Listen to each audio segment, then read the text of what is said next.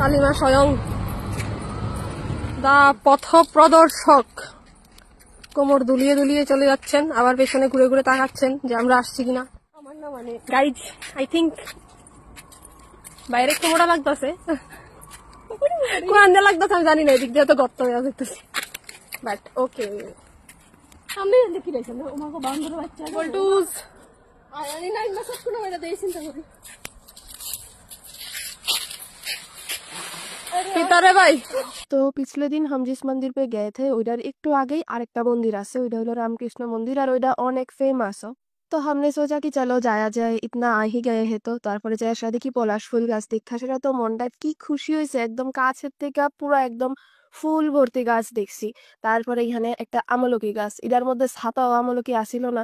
তো যদিও ফিরবি আমার বান্ধবী ওইখানে একটা খুঁজে ছিল, একটা হইলো বাইর করে আনানোর চেষ্টা করছিল, বাট শি ফেইল্ড, নাই তো কর্তিকা পাইবো। তারপরে এখানে একটা ঠাকুর দেখলাম, এই ঠাকুরটার নামটা আমি জানি না, তো যদি কেউ জানো জানায়ও। তারপরে এই ঠাকুর দেখা মন্দির থেকে বাইরে এসে আবার বড় মন্দিরটার দিকে গেলাম। আর এইখানের একটা খাসিয়ত হইলো मुझे मतलब पेड़ तो बहुत अच्छे लगते हैं। आई मीन যারা এতদিন ধরে আমার ব্লগ দেখতেছো আশা করি সমাজই গয়ে হোক কি আমার নেচারের প্রতি খুবই মানে একটা লাগাव আছে আলাদা, মানে গাছ আকাশ ফুল এদের প্রতি মানে আলাদাই লাগে একদম। তো ওহা যাকে শিব পার্বতীরে দেখছো, তো এখান দিয়ে একটু কম দেখা যাইতেছিল, আমি এই সাইড দিয়ে আইলাম।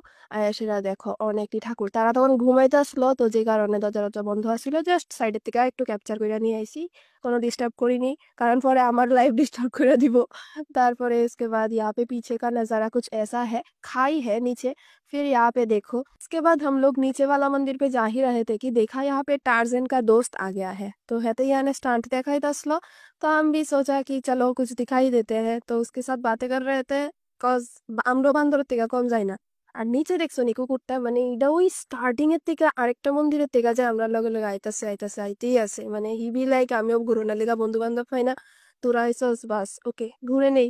তাই আনে এডিল আমরা লগে ফাইজলামি করতেছিল, আমরাও এডিল লগে ফাইজলামি করতেছিলাম। ফির হাম আগে হ্যাঁ শিব ঠাকুরের দেখলাম, আর এই মন্দিরটাতে বহুত সে শিব ঠাকুরের শিবলিঙ্গ আছে, মানে অনেকটি। তো তারপরে ওইখান থেকে নিচের দিকে আইলাম, নিচের দিকে আরেকটা মন্দির আছে, ওইটাতে আসরা দেখলাম ওইখানেও ঠাকুর ছিল, बट अंधेरा था इसीलिए इतना ज्यादा स्पष्ट दिखा नहीं पा रही थी मैं। पर लेकिन फिर भी यहाँ पे মনে হয় যোগ্য হয়, তো ফির চাই যতটুকুই দেখা গেছে দেখছো। আর লোকেশনটা তো আশা করি আমার ব্লগ দেখে বুঝেই লাইছো, তো কারোর ইচ্ছা হইলে যাইও, ভাল লাগবে অনেক। লিটারালি यहाँ पे ভগবানের কমই নাই, আই মিন একটা মন্দিরে এতগুলি ঠাকুর, মানে ওইখানে গেলে মনে হবে যে স্বর্গায় উঠছি লাইক। কালকে এই মন্দিরে অনেক বড় অনুষ্ঠান গেছে, আমরা কালকে চাইলেই পারতাম, যেহেতু আমরা জানতাম না তাই যেতে পারিনি। আশা করবো পরের বছর যাওয়ার। টাটা।